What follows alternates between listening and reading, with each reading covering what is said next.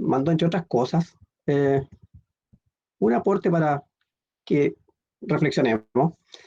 Y les voy a leer esta oración, reflexión más bien, y al final compartiremos una oración.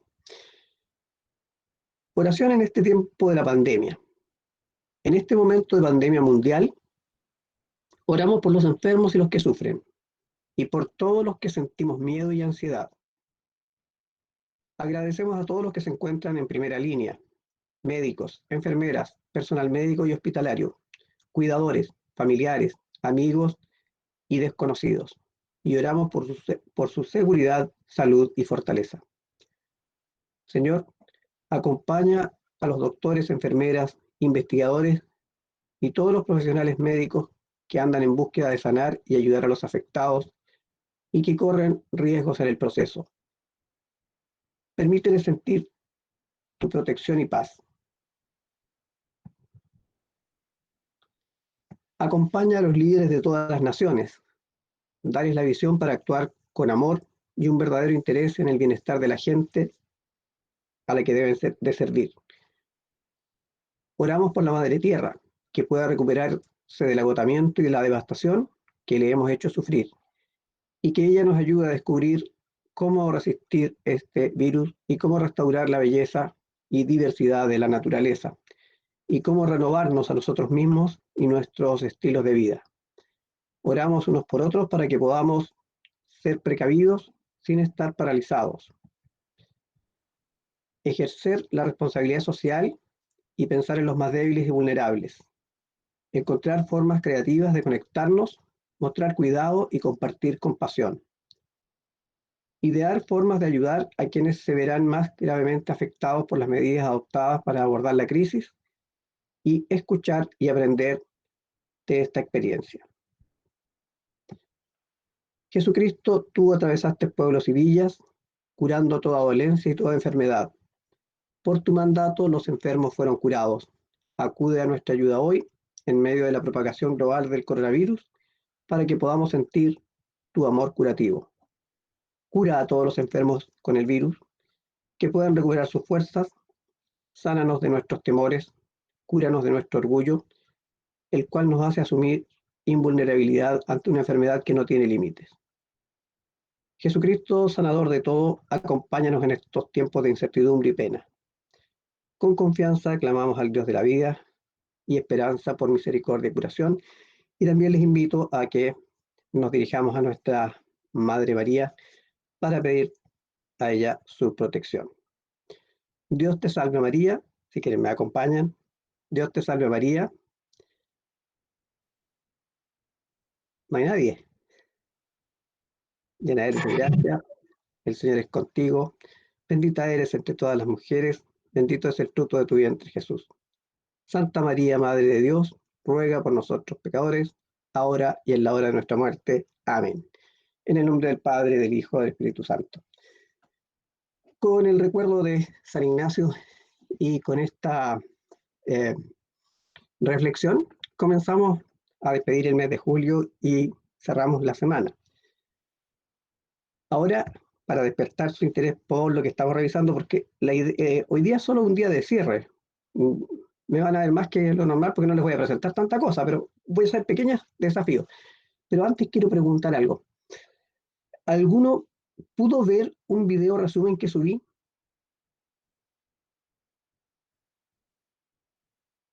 Lo pregunto porque quiero saber si lo hice correctamente, porque el primero que subí, el de la vez anterior, funcionó. ¿Lo de la Revolución Francesa? Sí, sí. Es que sube como desde 4 y todo, pero no tengo certeza si se ve bien. No, nadie lo ha visto. Ya, si alguien lo intenta después, me manda si lo vio o si tiene alguna dificultad, porque a lo mejor hay algún paso en la subida que no hice o algún problema con mis... Aunque yo lo vi varias veces, lo revisé y funcionaba, pero cuando uno lo sube a veces omite un paso y queda incompleto el proceso. Así que me lo reportan, por favor.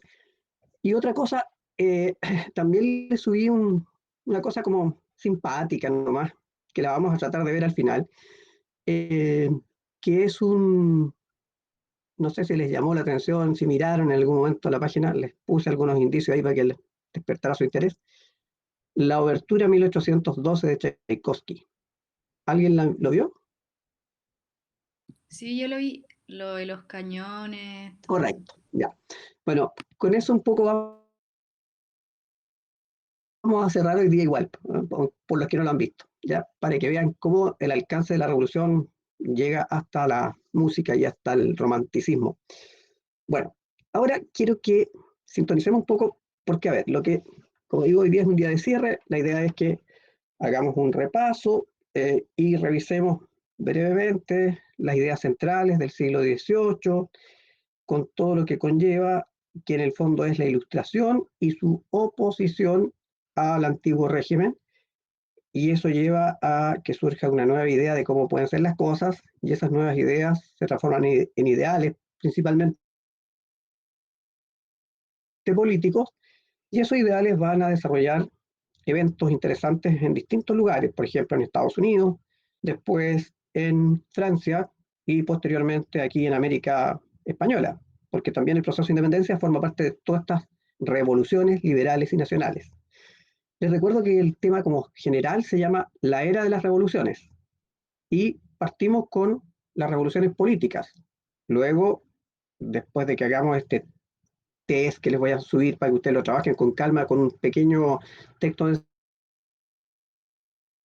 ensayo que me repetirán, después que lo hayamos revisado y todo, después vamos a ver las revoluciones tecnológicas y revoluciones en la demografía.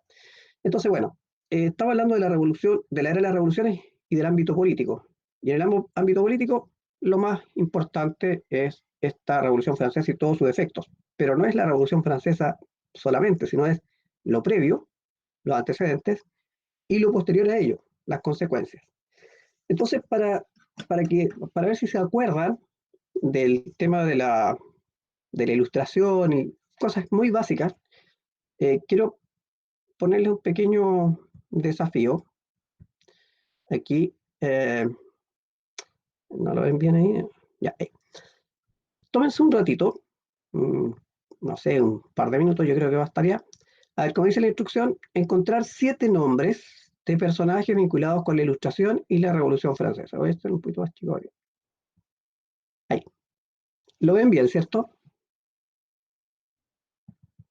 Sí, se ve bien. Ya, ya, no digan nada, sino que traten de ver si encuentran esos 7 nombres y después, cuando demos un par de minutos, los comentamos, o sea, vemos quién los encontró, les muestro el solucionario y comentamos los nombres y vemos cómo se relacionan con el tema.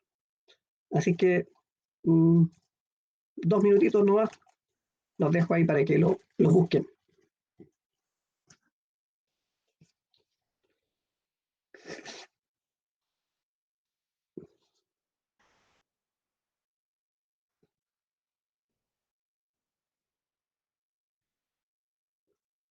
Están en sentido horizontal, vertical y diagonal.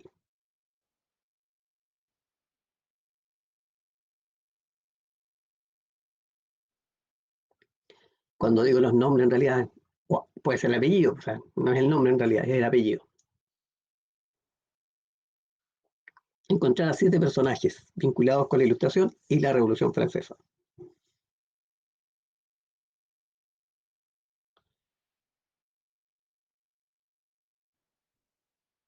Ya llevamos 1 minuto, 60 segundos más y vemos a ver si los encontraron y comentamos qué aporte hizo cada uno, cómo se relaciona con el tema.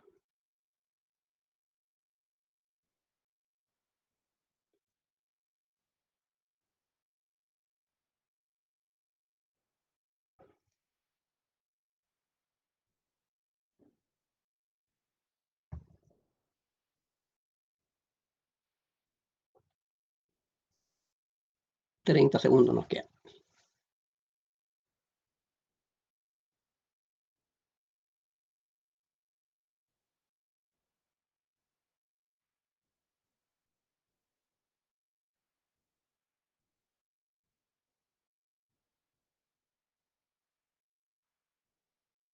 Ya, 5 segundos para que termine los 2 minutos que habíamos dejado.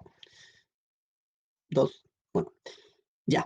Coméntenme, a ver, ¿encontraron quién encontró 3?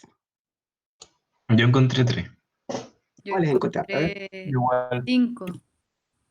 ¿alguien encontró más de 5?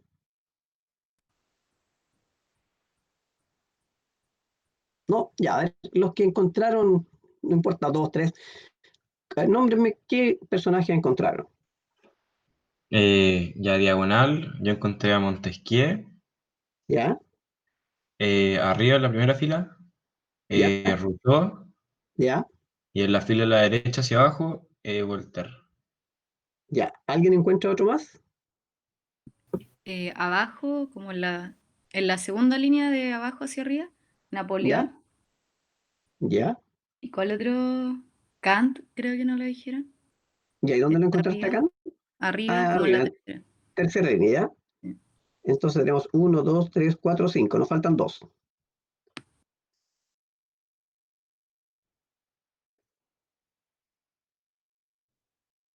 Acuérdense que la mayor parte de los personajes son franceses, hay unos pocos ingleses,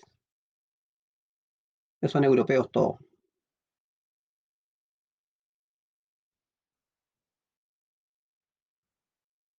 En forma vertical, falta uno, en forma horizontal, ¿Profe? falta otro. ¿Sí? Buffon, no sé si fue alguien, no sé. Sí, ¿dónde está? La segunda fila izquierda, o sea, derecha ¿Ya? izquierda, hacia abajo. ¿Ya? Buffon. Tiene que ver con la... Bueno, ahí vamos a comentar enseguida. 1, 2, 3, 4, 5, 6. Entonces tienen que ser 8 porque en realidad a él no lo había contado, pero es también un personaje de esa época. Nos faltarían 2.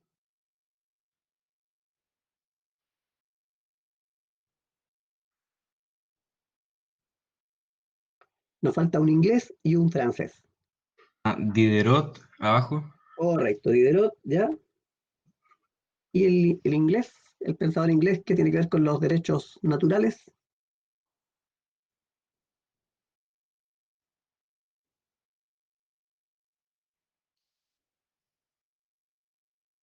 está en forma vertical.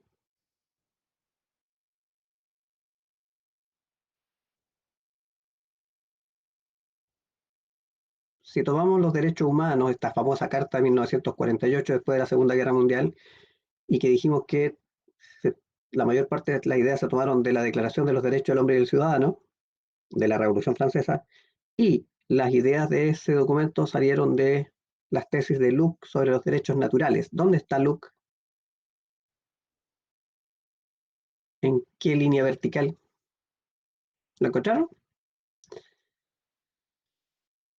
Esta es la primera. Ya, pero vamos a la solución y ahí tienen, me faltó marcar Buffon, aquí. Ya, pero no importa, voy a dejar, dejémoslo así, ¿no? Así. Ya, no nos complicamos mucho. Hagamos a ver, comentemos brevemente de cada personaje por qué tiene relación con el tema. Partamos por el primero que me mencionó, que fue Montesquieu. ¿Cuál es el aporte de Montesquieu al proceso? ¿Cuál es su pensamiento? ¿Qué ideas de él están vigentes? ¿Sirvieron de algo para el proceso?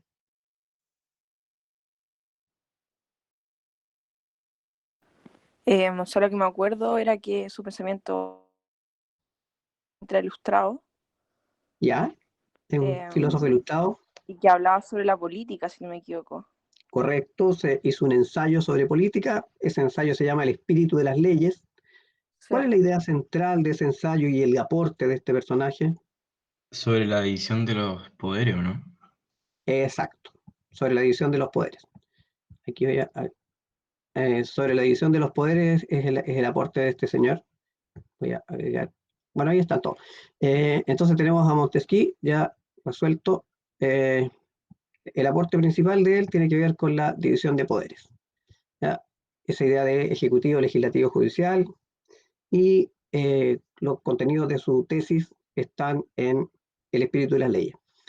Ahora, este señor en realidad no se llama Montesquieu, sino que se llama Charles de Secondat y tiene un título nobiliario, Barón de Montesquieu, pero pasó a la historia como Montesquieu. Si este señor pertenece a la aristocracia, es parte de la nobleza por su familia, ¿será antimonarquista?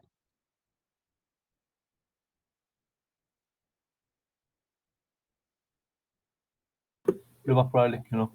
Lo más probable es que no, ¿cierto? Y de hecho, entonces, él no se pone en contra de que exista el rey. ¿Cuál es su propuesta con relación al rey? Que no gobierne solo, en el fondo.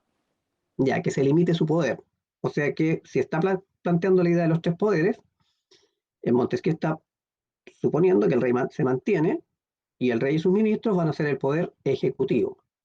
Y sostiene que hay otros poderes de hacer las leyes y de aplicarlas que tienen que estar en otras manos.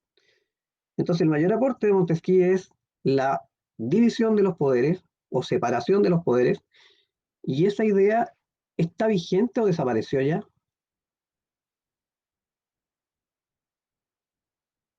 O sea, está súper vigente Súper vigente en todo prácticamente la República. en la mayor parte del planeta, excepto en los países islámicos y donde todavía hay algunas monarquías, pero en general el concepto de la separación de poderes ha sido aceptado internacionalmente o mundialmente, y es la lógica de cómo debe administrarse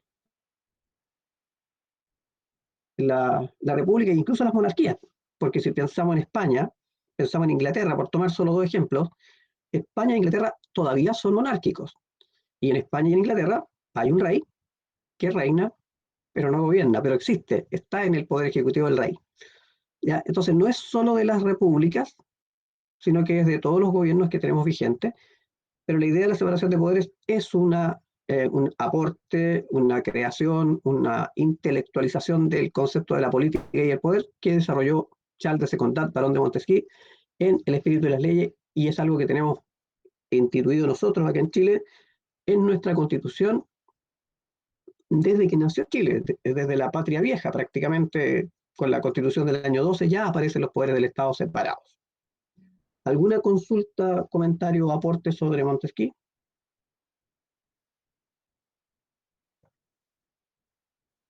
¿No? Ya, sigamos con otro. Díganme cuál.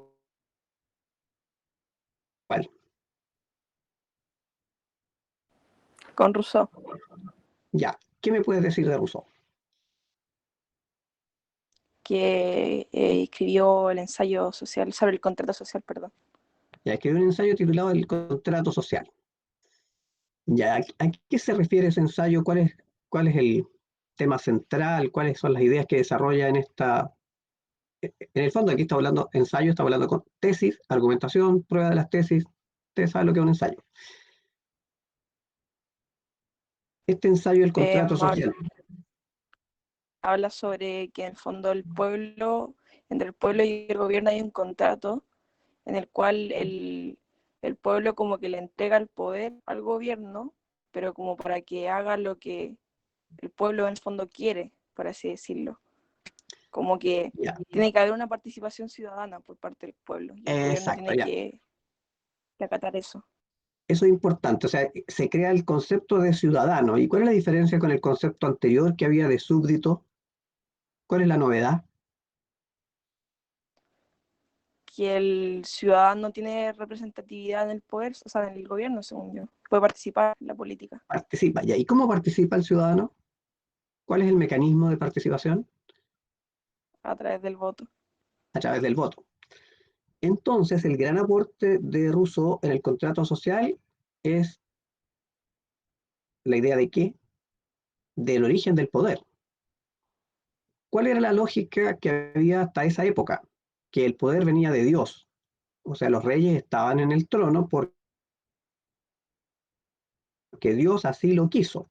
Y esto viene de la Edad Media, esta leyenda de Excalibur, la espada del rey Arturo, que nadie más podía sacar sino a Arturito, que era el legítimo descendiente del monarca que había puesto ahí esa espada. Es como para introducir ese concepto de que hay un elegido, y es un elegido por Dios, y así lo dice la Biblia. Y de hecho hay un libro, ¿cierto?, de esta época que se llama Política extraída de las Sagradas Escrituras, de un autor francés que es Bossuet, donde se sustenta esta tesis de que el poder viene de Dios y rebelarse contra el rey es rebelarse contra Dios.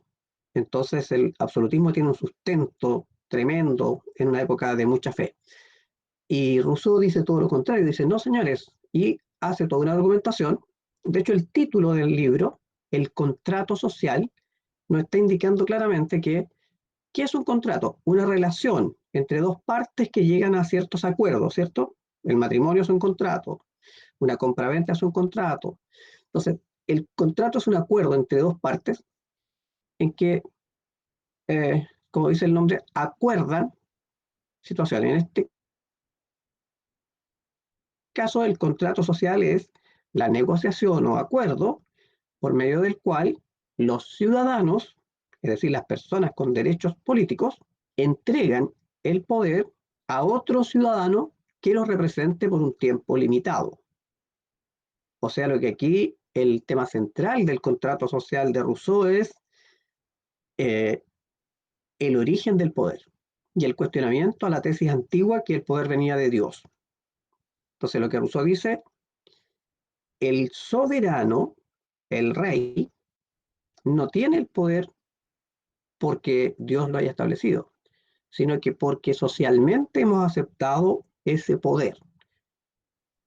Y por tanto, entonces, el poder no radica en la voluntad divina, sino que radica en la decisión, en el acuerdo social de elegir a alguien para que gobierne.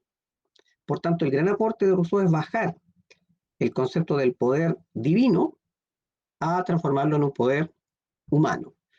Entonces, si pudiéramos sintetizar cuál es la idea central del contrato social, es establecer, después de un razonamiento lógico, ¿cierto? Racionamiento, con eso estamos razonamiento hablando del uso de la razón, llegar a la conclusión que el poder o soberanía viene del pueblo. El aporte de Rousseau es la soberanía popular. Y como bien se dijo, los ciudadanos que tienen la soberanía la ejercen a través del voto. Pregunto lo mismo que en el caso anterior. ¿Este principio está vigente hoy día o ya desapareció?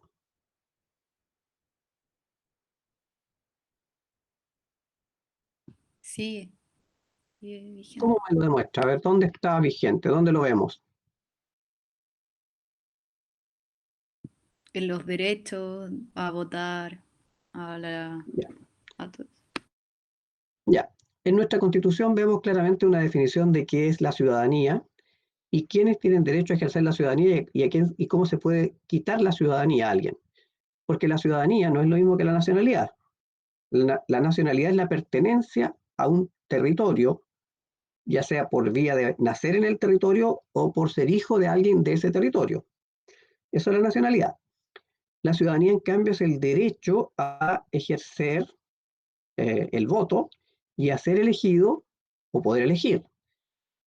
¿Se puede suspender la ciudadanía? ¿Se le puede privar a alguien del derecho a la ciudadanía?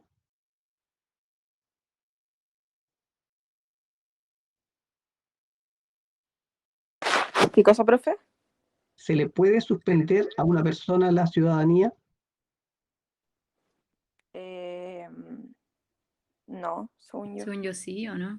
Cuando Ah, no, sí, los cuando hay un delito. presos, Claro, cuando una persona está condenada a un delito de 3 años y un día, condenado a pena aflictiva, no puede ejercer la ciudadanía. Incluso hay países, ¿cierto?, donde las personas que salen del país no pueden ejercer la ciudadanía. Hoy día nosotros en Chile sí ya tenemos esta idea de que puedan votar las personas chilenas en el extranjero, pero antes no la teníamos y hay países que no lo tienen. Entonces la ciudadanía es un derecho que está asociado a lo político. Y ahí esto tiene que ver con Rousseau. Ya, otro personaje.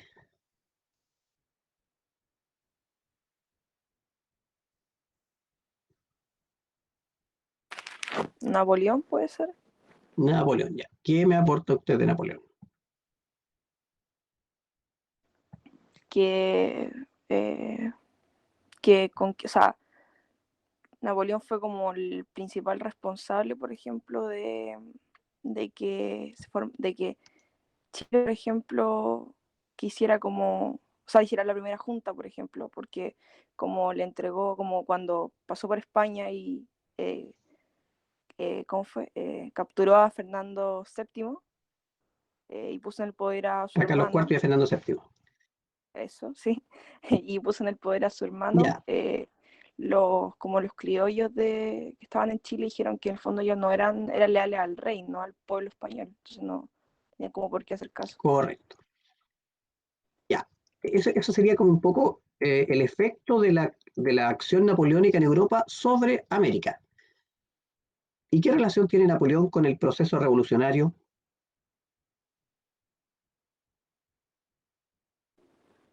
Que si no me equivoco, ¿Participa en la revolución? ¿Es parte de ese proceso? creo que sí, como que en el fondo es como, tienen como un discurso medio populista en el sentido que como que le dice al pueblo que no será como los antiguos gobernantes, sin embargo como que fue algo parecido. Ya. Pero ahí me estás hablando cuando Napoleón es emperador. Pero mi pregunta es, ¿en el proceso revolucionario cumplió algún rol? En la época, no sé, pues, de la convención, en la época del directorio, en la época de la Asamblea Nacional. ¿Estuvo en algo Napoleón? ¿Tuvo alguna participación en la revolución misma? Sí.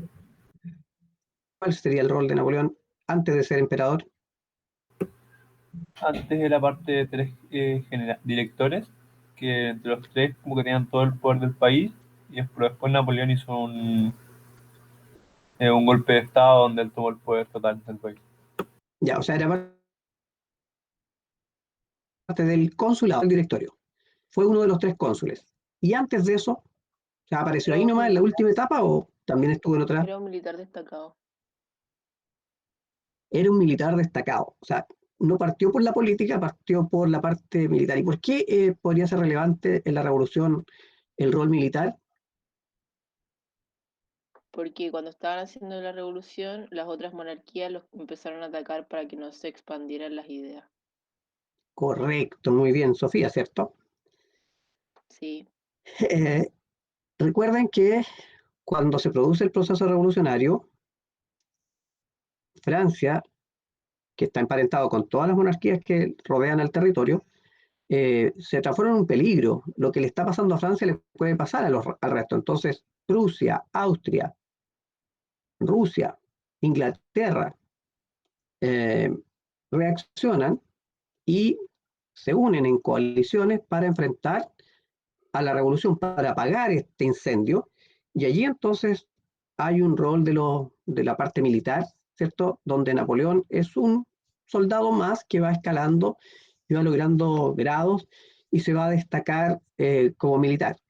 ¿En qué lugares específicamente de las campañas Napoleón emerge así como el personaje o el líder militar? ¿Podríamos situarlo en algún lugar concreto? Egipto. En Egipto. Y anteriormente también tuvo mucho éxito en Italia. En Italia luchó contra los austriacos en el norte de Italia y logró avanzar hasta el Rin, incluso hacia arriba. Ya en Italia era un general importante y tuvo campaña exitosa. Y en Egipto, Napoleón ocupó Egipto. ¿Y por qué era relevante ocupar Egipto si Egipto no está en guerra contra Francia? Para cortar los ingleses, los avances ingleses en Egipto. Mm, pero la guerra entre los ingleses y los franceses es en el Atlántico, es en el mar, y Egipto está dentro del Mediterráneo. ¿Cuál es la relación entre Egipto y este conflicto entre ingleses, franceses, austriacos, prusianos?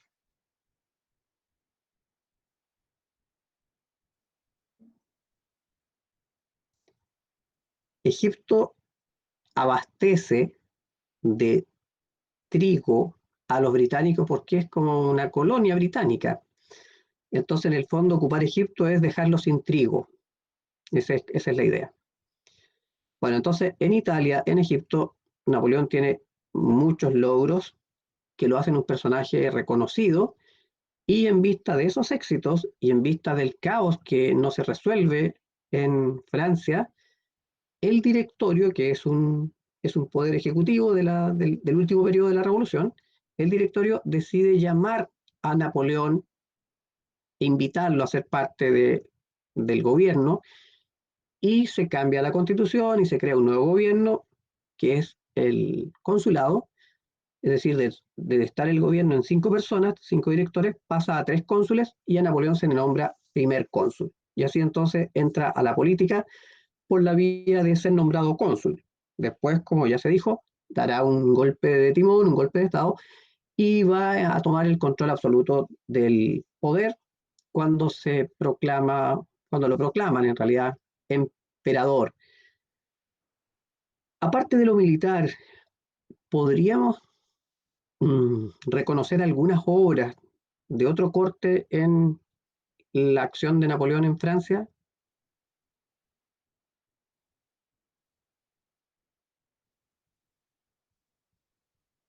¿Hay algún aporte napoleónico de interés que podamos llevar hasta nuestros días, hasta Chile de hoy? Aparte de lo que ya se comentó, que con la intervención en España causó el proceso de independencia, la patria vieja al menos. Pero como obra más perecedera, más permanente, que está hoy día entre nosotros y que nos afecta o influye en nuestra vida, ¿hay algo napoleónico acá? La ley que hizo, que después se usó de base en Chile y en América. ¿Qué leí particularmente? Y más que una ley es un conjunto de leyes, es un libro, es un código. ¿Qué código? Ay, Código Civil Napoleónico. El Código Civil, ya. El actual Código Civil chileno, que fue elaborado por Andrés Bello, después que Chile fue un país independiente, en la época de los decenios, este Código Civil está basado en el Código Napoleónico, que a su vez está basado en el Código Justiniano. Por eso es que se habla del derecho romano, y existe la asignatura de derecho romano para los estudiantes de derecho, que en algunas universidades dura un año, en otras universidades dura un semestre, porque nuestro Código Civil tiene un fundamento en las leyes que elaboraron los romanos y que luego Napoleón trae, digamos, del pasado al presente de esa época, y después Andrés Bello lo trae a Chile. Y el Código Civil chileno tiene más de 100 años funcionando con modificaciones bastante menores, porcentualmente son pocas. Entonces, ya, el Código Civil es una obra de Napoleón, de alguna manera, que nosotros tenemos vigente. Por ejemplo, el principio de la propiedad privada, que está definido ahí, porque el Código Civil se refiere a las personas y las cosas. El matrimonio, por ejemplo, como contrato, la herencia, la compra y venta, la propiedad privada. Aparte de eso, ¿hay algo, no sé, pues en la Francia, si fuéramos de paseo a Francia hoy día, ¿hay algo napoleónico en algún lugar de Francia? El Arco del Triunfo.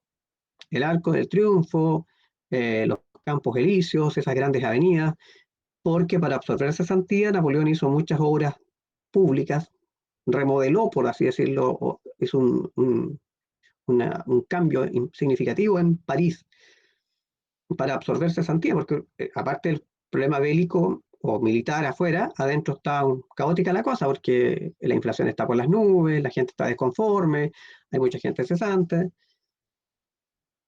¿Qué más? ¿Qué otra obra napoleónica, aparte de las obras públicas, aparte del Código Civil?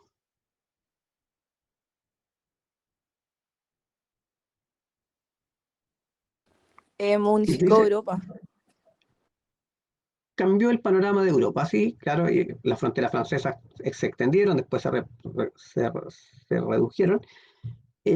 Yendo a cosas concretas y prácticas, así directas con nosotros, por ejemplo, acá en Los Ángeles, así buscándole mucho, así tal vez, ¿hay alguna industria que esté asociada con los cambios que Napoleón introdujo en Francia de la época?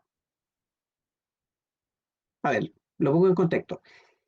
Napoleón gobierna sobre Francia, tiene como enemigo a Austria, Prusia, Rusia y también Inglaterra.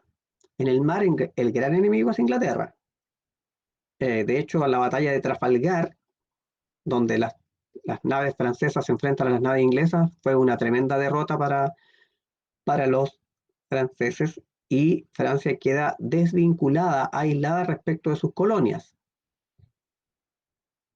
¿Qué materia prima llevaban los franceses de las colonias centroamericanas y que era importante para la alimentación de los franceses. Así como los Azúcar. ingleses traían trigo de Egipto, que llevaban desde acá de América, de Centroamérica, desde las colonias, los franceses a su tierra como materia prima para la alimentación. Caña de azúcar. Caña de azúcar. Y entonces, como quedó bloqueado el mercado de la caña de azúcar porque los ingleses controlaban el Atlántico, Napoleón introduce un nuevo cultivo en Francia. ¿Cómo podemos reemplazar la caña de azúcar? Con la remolacha.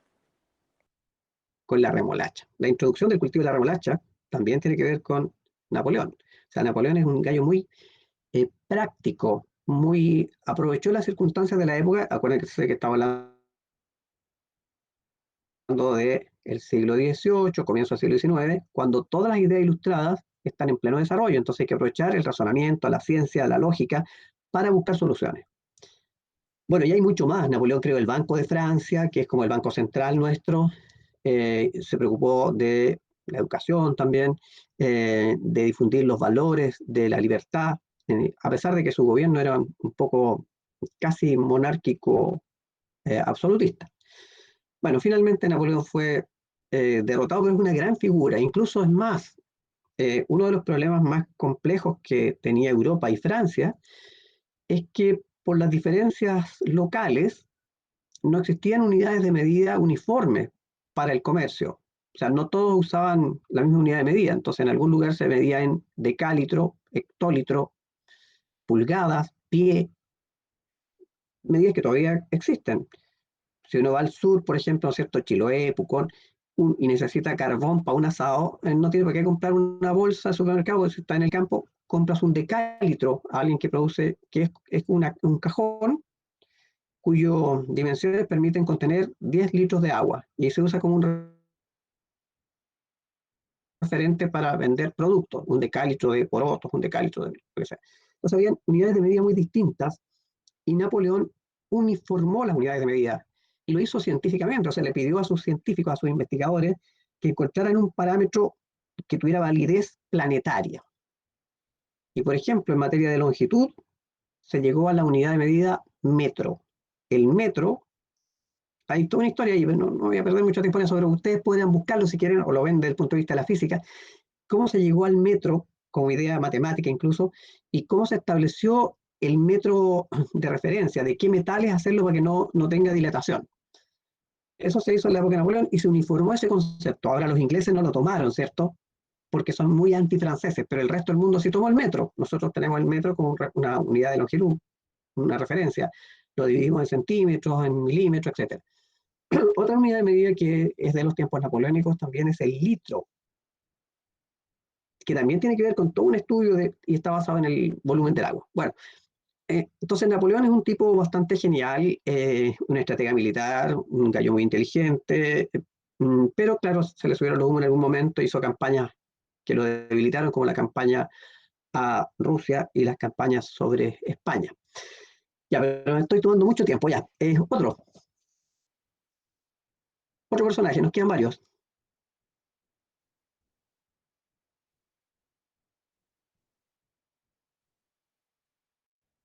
Vamos, con ánimo. Voltaire. ¿Ya? ¿Qué me puede decir de Voltaire?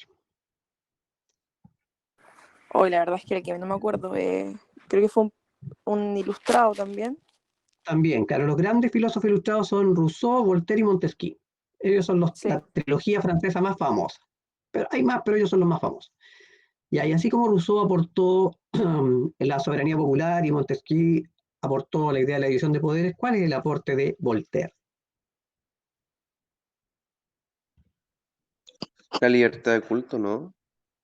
Ya, la tolerancia religiosa, la libertad de culto, y fue muy crítico del tema religioso. Dijo, hay que tener una fe, pero no creer en los sacerdotes. En la fe a lo mejor es necesaria, el que la quiera tener que la tenga, pero que no sea la religión, ni la católica ni la protestante, la que determine la moral ni la educación. Voltaire es un anticlerical, hace postula la tolerancia religiosa y postula la idea de que cada uno crea lo que quiera creer. Para eso somos libres, porque acuérdense que libertad, igualdad, etc. Y la mayor parte de los filósofos ilustrados son ateos, pero de una manera muy especial. No son ateos que nieguen todo, sino que aceptan la idea del creador o del supremo arquitecto, pero que ese creador no interviene en las acciones humanas. Esa es la diferencia con la visión católica tradicional. Para nosotros Dios interviene y nosotros rezamos para que la Virgen interceda, los santos intercedan frente a la voluntad de Dios y las cosas cambian. Pero en la lógica ilustrada no es así, particularmente en los deístas no es así. Los deístas plantean que Dios crea el universo, crea todo, pero le deja al hombre la responsabilidad de la administración. Esa es la lógica masónica. La masonería tuvo un gran desarrollo en esta época, porque la masonería no nació en esta época, es de la Edad Media, pero en el siglo XVIII se fortalecen mucho estos círculos masones, que son círculos intelectuales.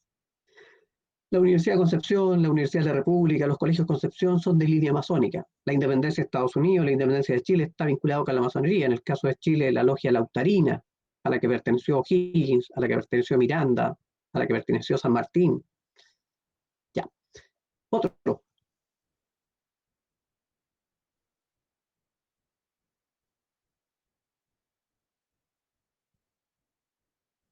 Vamos, otro. Locke, creo que falta. John Locke, ya. John Locke es un personaje de ¿qué nacionalidad?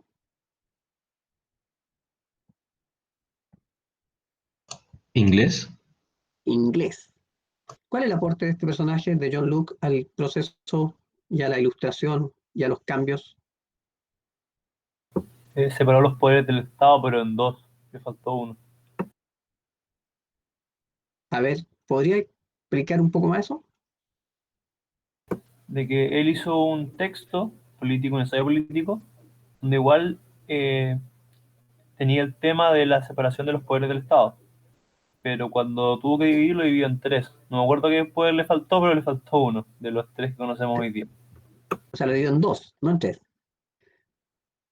Porque, a ver, ¿qué modelo político había en Inglaterra? Monarquía. Monarquía. ¿Monarquía absoluta? Sí. Igual que en Francia. Parlamentaria. Monarquía parlamentaria. O sea, hay dos poderes ahí. El poder del Parlamento y el poder del rey. Pero el rey reina, pero no gobierna porque hay un primer ministro. Pero no es el mayor aporte de Locke. Locke está más vinculado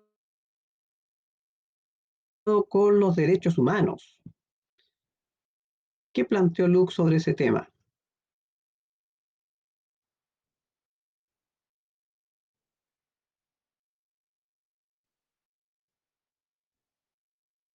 El ensayo de John Locke habla de los derechos naturales.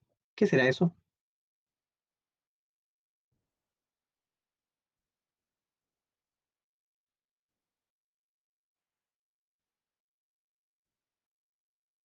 Los derechos que supuestamente tenemos, o sea, nacemos con esos derechos, como el Ya, derecho a la libertad, no sé, no me acuerdo más, pero a la vida. Ya, a la John Locke vida eso. plantea que así como la naturaleza tiene sus leyes y las cosas funcionan de determinada manera por cómo funciona la naturaleza, los seres humanos, por el solo hecho de nacer racionales y distintos del resto de los seres, el ser humano tiene, independientemente de su condición política, social, religiosa, etcétera, todos los seres humanos tienen derechos naturales que nadie se los puede quitar. Él dice que son derechos inalienables. Y esos derechos son el derecho a la vida, el derecho a la libertad, el derecho a la propiedad.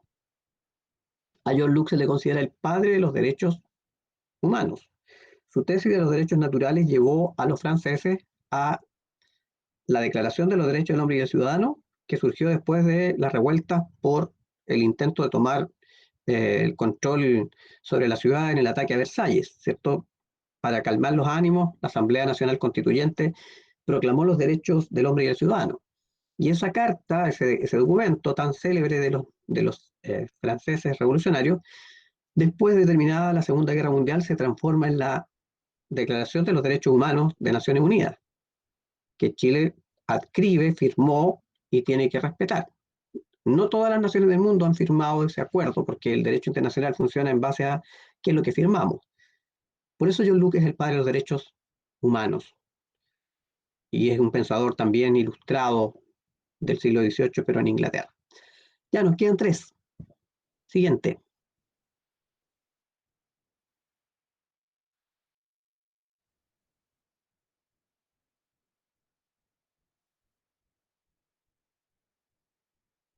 Kant, Diderot, Buffon, Difo. No. Kant, Manuel Kant o Immanuel Kant, es un filósofo también, ilustrado francés. Él escribió un ensayo que se llama ¿Qué es la ilustración? Y lo analizamos nosotros, el párrafo donde él define lo que es la ilustración, y le dimos harta vuelta porque él dice que la ilustración es ser capaz de dejar de ser menor de edad, de pensar por sí mismo. Kant es el que le da mucho respaldo a esto de que la razón es la palanca para que hagamos los cambios. La ilustración consiste en educarnos para ser capaces de pensar de manera autónoma y racional y tomar decisiones propias.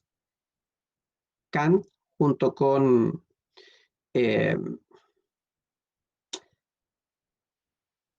otro filósofo importante que tiene que ver con el método cartesiano, René Descartes, son los padres de esta moderna filosofía que surge a raíz de incorporar la razón como elemento clave. ¿Qué es la ilustración de Kant? Es un ensayo también filosófico sobre qué significa ilustrar y cómo la educación es un vehículo y una necesidad para cambiar la sociedad. Diderot o Buffon, ¿cuál de los dos quieren decir algo? Yo la verdad no sé nada de ello. No hay, pero hay 20 personas, como alguno va a saber algo. Hemos hecho 4 clases con el mismo tema, 2 antes de mi licencia y 2 después de mi licencia. 4 llevamos. Y hay 2 documentos publicados, un video y un PowerPoint. Y lo revisamos todo. Y lo van a tener que revisar para el trabajo que les voy a poner luego. Más en la tarde les voy a poner el trabajo para que tengan tiempo de elaborarlo de aquí al lunes, contestar un test de 30 preguntas y elaborar un pequeño ensayo con estos temas que estamos conversando. Lo que yo quiero es que sean capaces de ir más allá de la materia, trasladarse a, como hemos hecho, por ejemplo, acabamos de hacer un ejercicio con Montesquieu, que en nuestra Constitución están vigentes las ideas de él. Entonces la idea es partir de una frase del autor, que lo pueden buscar en internet, lo googlean, y a partir de eso desarrollar una tesis, hacer un mini ensayo para ver cómo están vigentes algunos de estos aportes, ideas, obras de estos personajes. Ya, sigamos, a ver, Diderot, no, ya lo voy a hacer más rápido. Diderot junto con D'Alembert son 2 autores franceses que en el fondo no son tan creativos en términos de producción, pero ellos son los encargados de reunir todo este pensamiento nuevo, todas estas ideas nuevas, y ponerlas en una obra que está conformada por un montón de volúmenes y se trata de reunir todo el pensamiento ilustrado y todas las ideas y todas las tesis para que todas las personas tengan acceso, los que saben leer y escribir obviamente, a esas ideas. ¿Dónde están contenidas todas las ideas ilustradas? ¿Cuál fue el vehículo principal para que las ideas ilustradas se difundieran? ¿Cuál fue la herramienta que se usó? La prensa. O sea, no La la prensa, prensa. pero la Imprenta. creó la máquina para escribir. La Pero a imprenta. ver, la prensa, estamos hablando de los diarios, ¿cierto? Es verdad que en esta época surgió la prensa en Inglaterra, el primer periódico, pero era más bien para el ámbito noticioso, político, pero para las ideas ilustradas, no. Acá en Chile podríamos encontrar en la Aurora de Chile ideas ilustradas. Pero hay una obra magnífica, un soporte para reunir todas estas ideas de manera escrita, que es una colección de libros que se conoce con el nombre de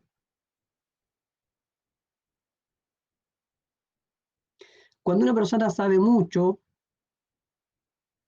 y maneja muchos temas, se dice que la persona que tiene un conocimiento de qué tipo.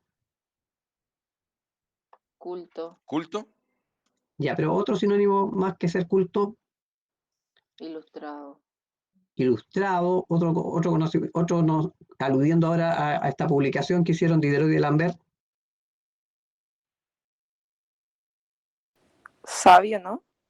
No, el concepto tiene que ver con enciclopédico, porque Diderot y D'Alembert reunieron todas estas ideas ilustradas y las publicaron bajo esta fórmula de la enciclopedia. ¿Qué es la enciclopedia? Como ellos mismos lo definen, un diccionario razonado de todo el pensamiento de los distintos autores de la época. Diderot y D'Alembert entonces son más bien editores de esta enciclopedia, que es el gran vehículo de la difusión de las ideas ilustradas. Y estas ideas ilustradas, ¿dónde nacen? ¿Nacen en las universidades? ¿Nacen en los salones de la corte? ¿Dónde estas ideas se difunden, se discuten, se conversan, se crean? ¿Cuál es el lugar de origen? ¿Cuál es la matriz del pensamiento ilustrado? El Renacimiento. No, el lugar físico, donde esta gente conversa y discute y llega a concluir, a construir Francia. su tesis en círculos sociales. No es la universidad, que es lo natural que fueran las universidades, pero no, fueron en círculos sociales, o sea, en academias, así como al estilo griego, ¿ya? Y Buffon, que seguramente nadie lo conoce, porque yo tampoco he hablado mucho de él, porque no he ido a ese tema que tiene que ver con la ciencia, excepto Newton, que hemos hablado, leyes, bueno, porque los ilustrados quieren medir y probar todo, por eso existe el péndulo de Foucault, las leyes de Newton, todas las grandes leyes que explican en los fenómenos naturales y físicos se estudiaron en esta época. Y Buffon se dedicó a estudiar la naturaleza y a clasificar las especies. De esta época son también todos estos aportes que tienen que ver con la genética, qué sé yo, lo que ustedes ven con las arvejas y cuando hacen esto de los recesivos, los alelos, en biología hacen esa combinatoria, ¿cierto? Para determinar la herencia. Todo esto se logró en esta época. Ya, entonces, como pueden darse cuenta, hay una base de ideas que mueve los hechos que explican por qué las cosas cambiaron. ¿Ya? O sea, resumiendo, lo que trato de decirles es que el siglo XVIII es el siglo de la Ilustración, de la razón, que surge como una manera de cuestionar todo lo que había antes. ¿Y qué había antes? En política, un régimen absolutista basado en la idea de que el poder viene de Dios.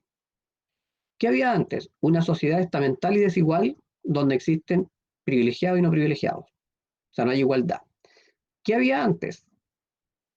Una intolerancia religiosa que determinaba que el Estado definía qué religión tenían que tener las personas y no se toleraba otra. ¿Qué había antes? Control absoluto del Estado y del monarca sobre lo que se podía expresar. No había libertad de expresión, libertad de pensamiento. ¿Qué había antes? Un control de la economía. La economía estaba controlada por el Estado a través del monopolio o a través del mercantilismo.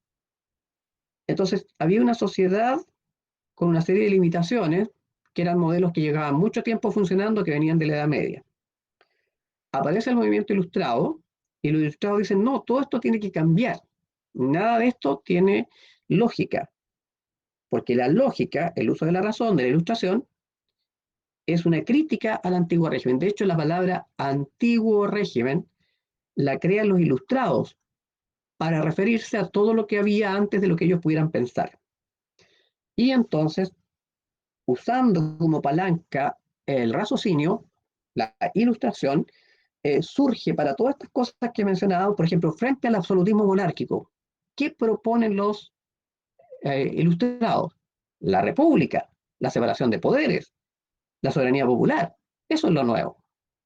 Frente a la intolerancia religiosa, la tolerancia, la libertad, dejar que cada uno quiera hacer en materia de religión sea lo que quiera, ateo, deísta, materialista, católico, protestante, libertad en ese sentido, y en todos los sentidos. Frente a los privilegios, igualdad. Los grandes gritos de la revolución fueron igualdad, libertad, fraternidad. Todos somos iguales. Entonces, separación de poderes, soberanía popular, tolerancia, crítica al control sobre la educación y la cultura por parte de la Iglesia, separación Iglesia-Estado, por ejemplo, esta idea de los derechos naturales, de los derechos del hombre y del ciudadano, o de los derechos humanos hoy día, y el uso de la razón como por sobre todas las cosas. La razón va a ser la palanca de cambio, la razón va a ser la luz, el conocimiento que nos va a permitir salir de esta ignorancia voluntaria de ser menores de edad porque no queremos pensar por nosotros mismos. Y todo este conjunto de ideales, de situaciones nuevas, van a influir en procesos como, por ejemplo, la independencia de los Estados Unidos, la misma Revolución Francesa y la independencia de nuestros países que dependían, que estaban sometidos al dominio español. Entre medio, entonces, tenemos guerras y conflictos en Estados Unidos. Los colonos, apoyados por España y por Francia, se rebelan contra Inglaterra hasta que logran ser reconocidos como los Estados Unidos de Norteamérica. Las 13 colonias que están reflejadas en las 13 franjas horizontales de la bandera de Estados Unidos. Inicialmente esa bandera tenía 13 franjas horizontales y 13 estrellas. Las franjas se mantienen, pero las estrellas han ido aumentando. Son 51 ahora, ¿cierto? Bueno, y después esto se traslada a Europa, y en Europa, en Francia en particular, se da todo este proceso de la Revolución Francesa, que termina con Napoleón, y luego la derrota de Napoleón. Las coaliciones, los enemigos de la Revolución, terminan derrotando a Napoleón, y ellos se reúnen en Viena, en el famoso Congreso de Viena, y deciden crear la Santa Alianza, que es la unión de sus ejércitos para controlar que no haya más revoluciones como esta.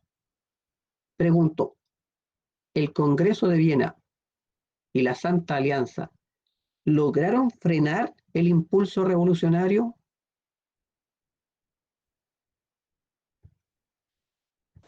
O sea, según yo, ¿no?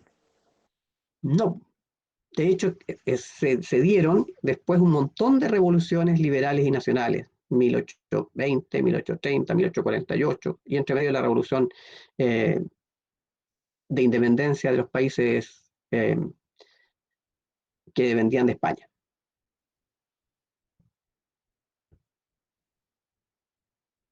A ver, aquí, un poco siguiendo la línea de lo que hicimos antes, no sé si se ve bien, ¿cierto? ¿Ahí se ve mejor? ¿Logran ver? ¿Sí? Sí, sí, Sí, se ve. sí se ve. Ya. A ver, mire, aquí un poco lo que hicimos antes, pero mantuve unos documentos y puse unos nuevos para que para que veamos cómo están pensando, porque aquí detrás hay un contenido, pero en el fondo estoy tratando de que ustedes sean capaces de también ilustrarse, pensar por sí mismos, hacer conclusiones, usar la fuente y llegar a alguna idea. A ver, si miramos este texto, veamos si podemos responder rápidamente a estas tres preguntas. El ideario de los rebeldes incluía una serie de acápites como los siguientes. Todos los hombres son iguales y cuentan con una serie de derechos inalienables, entre ellos el derecho a la vida, a la libertad y a la felicidad. Los gobiernos asumen la obligación de garantizar a los ciudadanos esos derechos. Los gobernantes deben su poder al consentimiento de los gobernados. Si el gobernante viola el compromiso de representar a los gobernados, estos poseen el derecho a insurreccionarse. ¿Quiénes son los rebeldes en este texto? ¿Cuál de las situaciones que hemos comentado está reflejada en este texto? Una revolución. ¿Cuál? A ver, de acuerdo al texto, ¿estamos hablando de la independencia de Estados Unidos? ¿Estamos hablando de la Revolución Francesa? ¿Estamos hablando de la reacción del Congreso de Viena contra los revolucionarios? ¿Estamos hablando de la independencia de los países de América hispana? ¿De qué rebeldes estarán hablando aquí?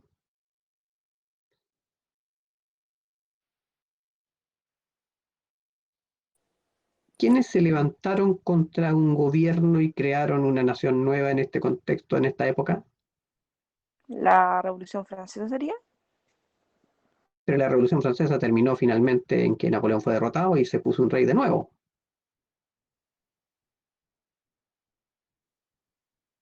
Y pensemos que esta idea de los derechos que están planteados ahí surgieron dentro de la Revolución. Esto es antes. De la ¿Quién está Revolución de Estados Unidos. Claro, aquí este es parte de la famosa Declaración de Independencia de los Estados Unidos que se firmó el 4 de julio. El 4 de julio ellos celebran todos los años la firma de este documento en Filadelfia. Entonces, los rebeldes serían los colonos ingleses de las 13 colonias británicas. ¿Y a qué documento pertenece esto? A la Declaración de Independencia. ¿Y con qué momento de la historia se relaciona? Con el caso norteamericano. Vamos al siguiente. Vamos rapidito porque este texto ya lo conocen, porque ya lo trabajamos antes, pero solo cambié las preguntas. El plan de este escrito es muy simple. Nos planteamos 3 preguntas. Primero, ¿qué es el Estado llano? Todo. ¿Qué ha sido hasta el presente en el orden político? Nada. ¿Qué pide? Llegar a hacer algo. ¿Qué nos haría decir que el Estado llano no contiene en sí todo lo necesario para formar una nación completa? Es un hombre fuerte y robusto que tiene aún un brazo encadenado. Si se hiciera desaparecer el orden privilegiado, la nación no sería menos, sino más. ¿Y qué es el Estado llano? Todo, pero un todo trabado y oprimido. ¿Y qué sería sin el orden privilegiado? Todo, pero un todo libre y floreciente. Esto es un panfleto subversivo. Circuló manuscrito, la gente lo volvía a escribir y lo traspasaba. Ya, ¿qué situación de la realidad francesa se refleja en el texto? Pero lo simplifiqué para el tiro ubicarlo en Francia para que no tuvieran que deducirlo. ¿Qué es lo que queda reflejado aquí? ¿Qué problema?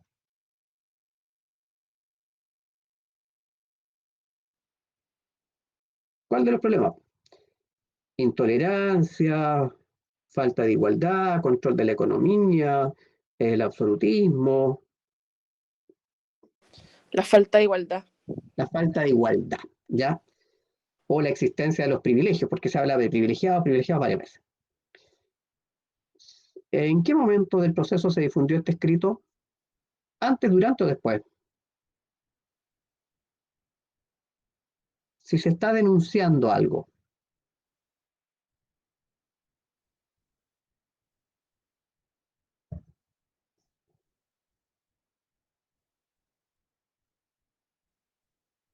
¿Antes o después de la toma de la Bastilla?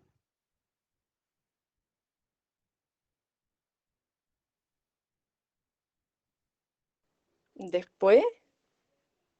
No sé, la verdad. Es que acuérdense que después de la toma de la Bastilla se estableció la igualdad. Entonces esto es antes. Esto es previo, esto es la preparación del ambiente. Esto, en este contexto de la crisis que había en Francia, circuló este panfleto subversivo. Y habría servido para incentivar que la gente entendiera que había que reclamar, porque nosotros somos el tercer Estado. La nobleza y el clero es el que tiene todos los privilegios, nosotros nos llevamos la pega y pagamos los impuestos y todo. Y la tercera pregunta, ¿qué se proyecta para el futuro de la nación? Porque habla de la nación varias veces ahí. Si se hiciera desaparecer el orden privilegiado, la nación no sería menos, sino más. ¿Qué se está Que el diciendo ahí? país surgiría en el fondo. Si es que como Ya. todos colaboraran y se eliminaran los privilegios. Ya, si todos fuéramos iguales, Francia sería mucho más. Ya. Como al siguiente, voy a hacerlo rapidito aquí. Ya. Los representantes del pueblo francés, constituidos en Asamblea Nacional, considerando que la ignorancia, el olvido o el desprecio de los derechos del hombre son las únicas causas de las desgracias públicas y de la corrupción de los gobiernos, han resuelto exponer en una declaración solemne los derechos naturales, inalienables y sagrados del hombre, para que todos los miembros del cuerpo social les recuerde sin cesar sus derechos y sus deberes, para que los actos del Poder Legislativo y los del Poder Ejecutivo, pudiendo en cada instante ser comparados con el objeto de toda institución políticas sean más respetados. ¿Qué es la Asamblea Nacional?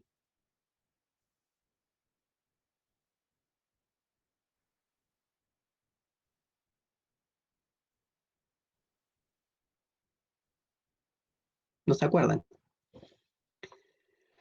Cuando el rey Luis XVI, para resolver los problemas financieros del Estado, llamó a una asamblea donde estaban los 3 estados presentes, la nobleza, el clero y el estado llano, a la reunión de los estados generales, hubo un conflicto ahí. No se resolvió cómo votar y esta asamblea fue disuelta.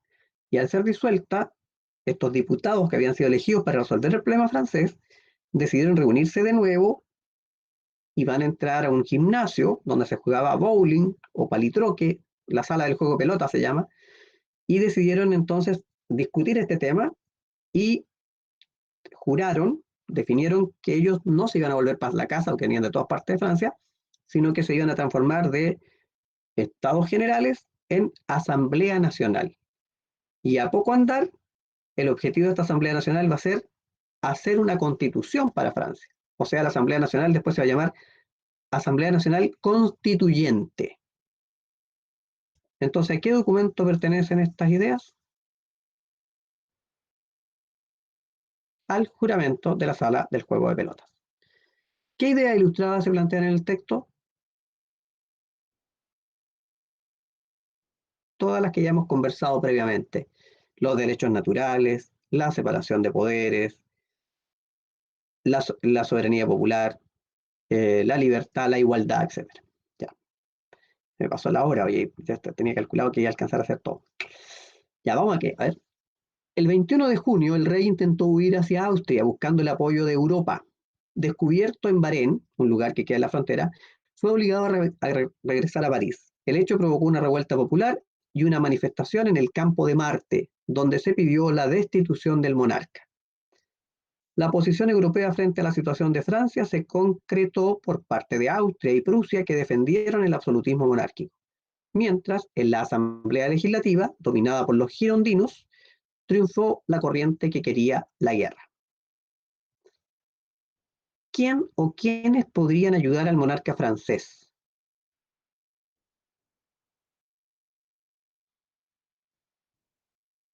Austria. Y aparte de Austria,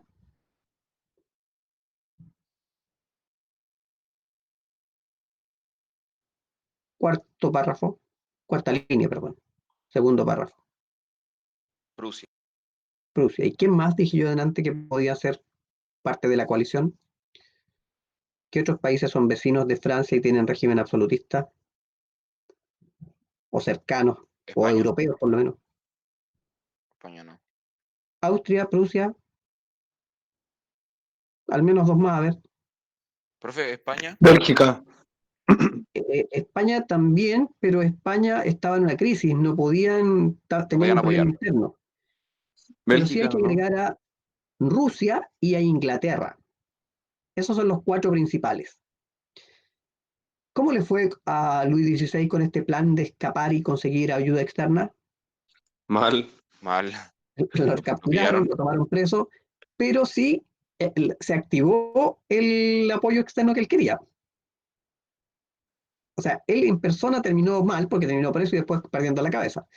Pero sí se activó la reacción de los reinos que tenían absolutismo para tratar de recuperar el absolutismo en Francia. Y finalmente le van a ganar a Napoleón y van a instalar a un Luis XVIII, fíjense, no existe un Luis XVII para marcar este espacio que quedó de la revolución. Y entonces, ¿sí? Pero el objetivo del pueblo en un primer instante no era matar al rey, sino que era No, hacer una monarquía como parlamentaria, ¿no? constitucional. Claro, por eso es que Y- primero se consiguió esa idea y cuando el rey se dio cuenta que había perdido poder y sintió que su causa, que era en el fondo resolver el problema económico, se estaba transformando en una limitación política, decidió escapar. El rey había jurado la constitución, pero en un acto de traición a lo que él había firmado, intentó huir. Y por eso se transformó en tan violenta la revolución después, y por eso vendrá después la guillotina, la convención. Ya. En esta guerra externa, ¿quiénes se enfrentaron entonces?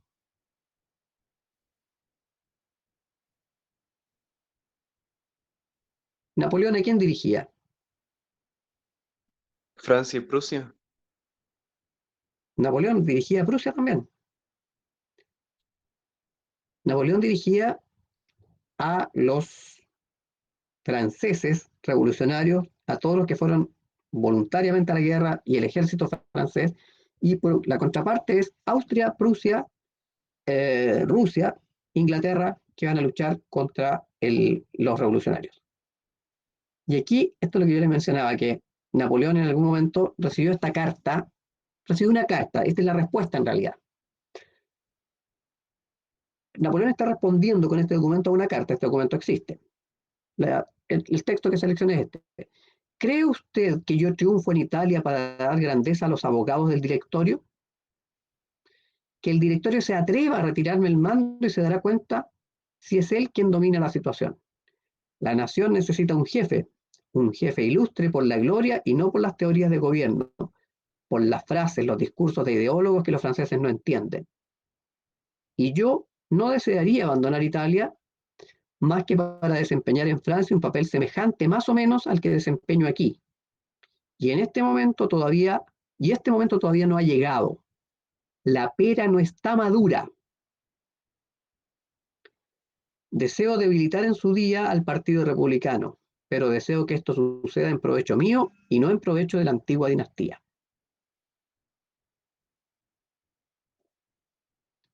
Vamos a las preguntas. ¿Qué es el directorio?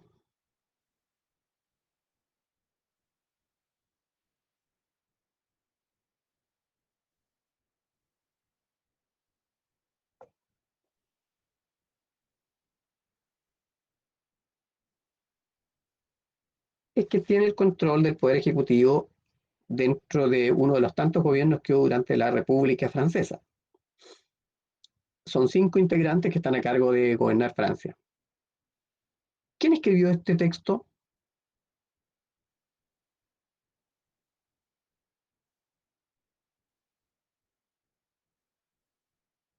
¿De quién son estas palabras? De Napoleón. De Napoleón. Y en el fondo, ¿a qué está contestando? ¿Qué entienden ustedes que decía la carta previa a la que él está dando respuesta? Estaban pidiendo ayuda, ¿no? ¿Por qué dice la pera no está madura?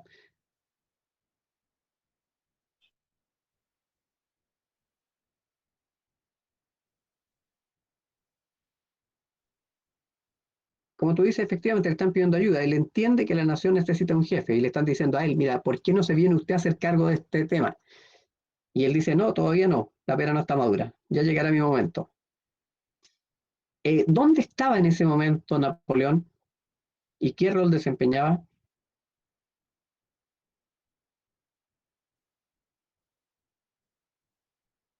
Lo dice en el texto, en la primera frase. Y después lo dice en la sexta línea. ¿Dónde estaba? En Italia, ¿no? En Italia. Y ahí tenía todo el control. Ya. Aquí, a ver. A las 8 de la mañana, el primer valet que ha dormido dentro de la habitación del rey lo despierta. Al mismo tiempo entra el médico jefe, el cirujano jefe y la enfermera. Ella le da el beso de saludo y los otros le frotan el cuerpo y le cambian la camisa. A las 8:15 se llama al gran chambelán, al servicio de la alcoba real, y con él entran también los grandes nobles. Uno de ellos le ofrece el agua bendita para que el rey haga la señal de la cruz y después le entregan la levantadora, la bata. Mientras tanto van entrando los segundos en importancia. El barbero real lo afeita y le hace el peinado. Después el gran chambelán le entrega el traje real al jefe del guardarropa y este, con varios nobles que tienen dicho privilegio, ayudan al soberano a vestirse. Cuando ha terminado, reza a los pies de su cama. Los cardenales y sacerdotes presentes se arrodillan. Los laicos permanecen de pie. A continuación, todos salen de la alcoba, mientras tanto toda la corte aguarda en la galería. ¿Quién es el monarca del que se habla en el documento? ¿Quién tiene un despertar así tan fastuoso y tan lleno de gente?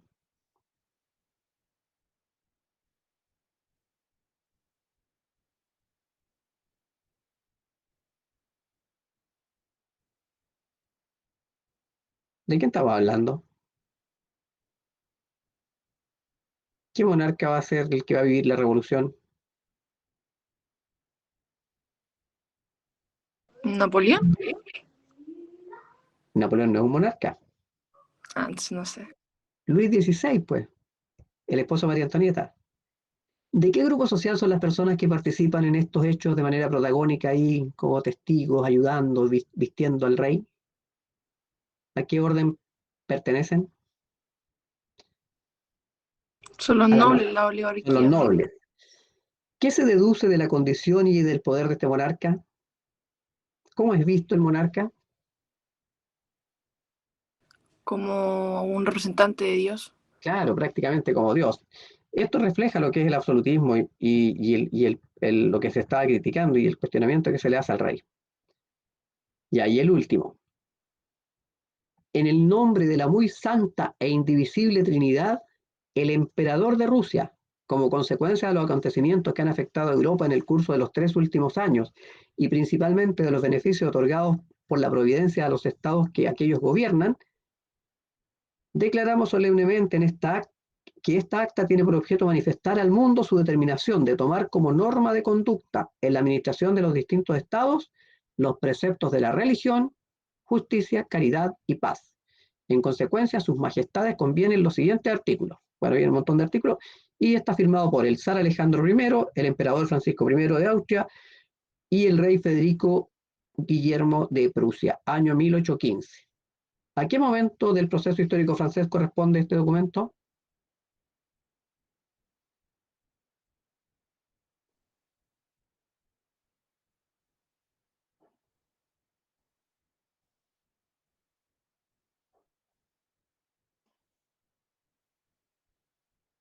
Corresponde a la época en que Napoleón ya es derrotado, 1815, batalla de Waterloo, y los vencedores de Napoleón firman este documento.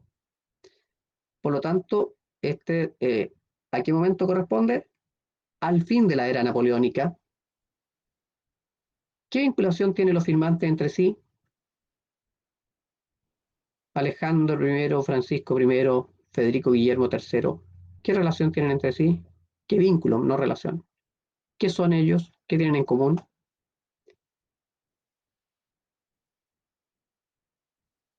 Que deben estar al mando de algún territorio, en el fondo. Representan a los territorios que formaron las coaliciones contra Napoleón. Entonces, en el fondo, aquí los que derrotan a Napoleón firman este acuerdo. ¿Qué se persigue con la firma de este acuerdo? Reinstalar el absolutismo, cuidar el absolutismo y tratar de apagar todas las revoluciones que pudieran surgir. O sea, en resumen, esto es al final del proceso, cuando los vencedores de Napoleón se organizan en este Congreso de Viena y forman la Santa Alianza. Son las 10:25, no nos alcanzó la idea de... Bueno, yo quería que por lo menos pudiéramos ver, duraba 9 minutos nomás, pero bueno, ustedes lo ven. Y yo les puse un pequeño video gracioso. Alguien dijo que lo había visto, ¿cierto? ¿Quién? No me acuerdo quién. Sí, yo lo había visto. Ya, coméntame brevemente qué es lo que viste en ese video. Ya, es que no me acuerdo cómo se pronunciaba el nombre de un músico que, Tchaikovsky. que, que, Tchaikovsky. es que no me acuerdo mucho porque lo vi el día que lo subió. Ya, pero ¿qué relación tiene con la materia? Bueno, no tiene nada que ver con la materia. Que lo tocaron, lo quería, como la canción que preparó era para un... Para celebrar algo. Sí, pero no me acuerdo qué era. Ya les cuento, pero ojalá lo vean porque, aparte que es simpático, no sé, Florencia, ¿tú lo recomendarías? ¿Te Sí, pareció o sea, igual es entretenido? cortito, Es sí. súper corto, pero te entretuvo, te dio algunas ideas de lo que pasó, ¿no? Sí, sí.